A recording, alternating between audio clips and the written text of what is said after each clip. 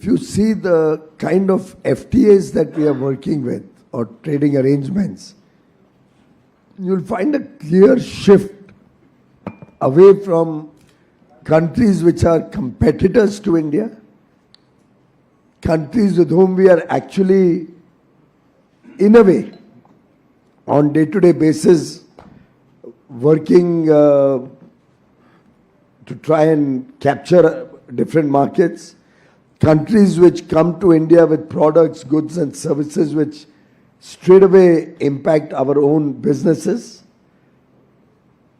We have stopped all those type of engagements. So if you recall, while around 2011 or 12, India had voluntarily chosen to start discussing the RCEP and engage with the Regional Comprehensive Economic Partnership grouping, which included China.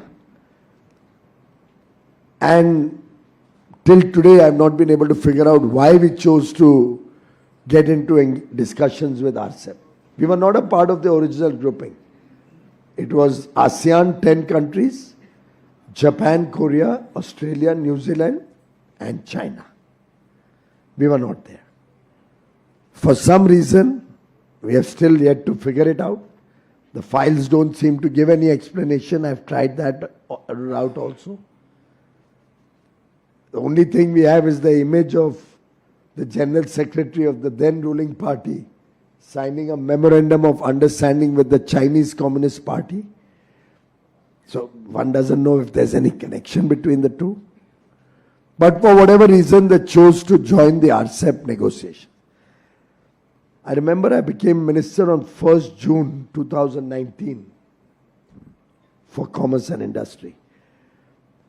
And this was one of the first issues that I was supposed to address, because 4th November, RCEP negotiations were to conclude. I had only 5 months. But in those 5 months, we talked to at least 200 groups of stakeholders. We had 200 meetings. ASSOCHAM must have also organized many at that point of time. And save and except 2 or 3, maybe 5, I don't recall, but I don't think it was more than 2 or 3. Nobody in the country wanted RCEP. It was only an agreement between China and India, a free trade agreement between China and India.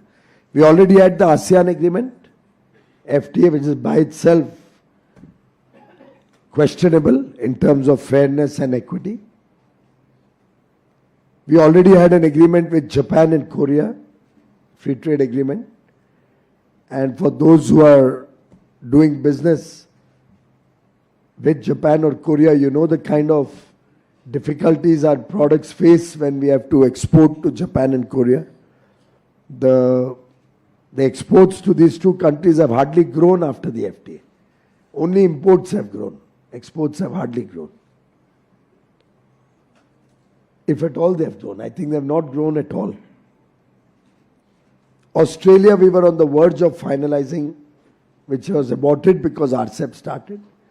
New Zealand, our total trade was $300 million. This was the grouping. So effectively, we were doing an FTA with China. And incidentally, between 2004 and 2014, 10 years, our trade deficit with China, if you look at the 4-5 figure and the 14-15 figure, the 10 years, our trade deficit with China had grown from less than $2 billion to up more than $40 billion. 46 or $48 billion. 26 times our trade deficit had grown in that 10-year period. And despite that, they were looking at doing a free trade agreement in which China would have been a principal participant and beneficiary.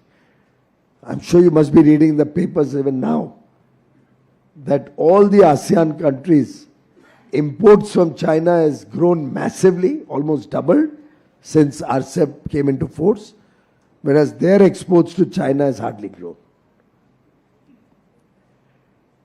We changed all that. On 4th November, Prime Minister stood before the whole world and announced India will not join RCEP. And that was a bold decision. Nobody expected it. But that saved Indian industry. Otherwise, Mindaji, you can forget making auto parts in India.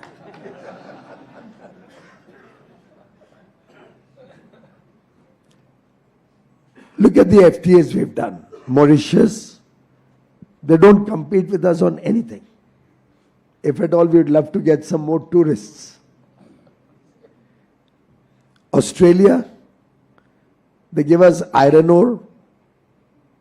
Actually, no, not even iron ore. No iron ore comes from there. They give us coking coal, primarily, some lentils, and few other items. Nothing much, because there's no manufacturing economy there.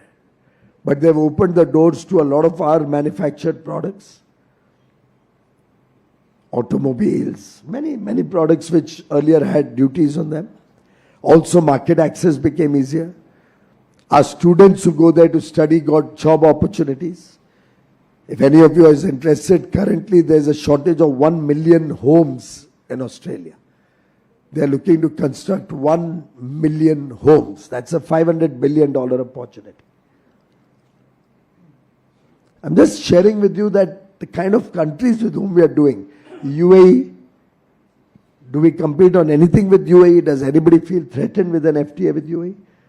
But our exports have grown massively after the FTA. And imports have grown, but on imports on what? Gold, which in any case will come from somewhere, and oil.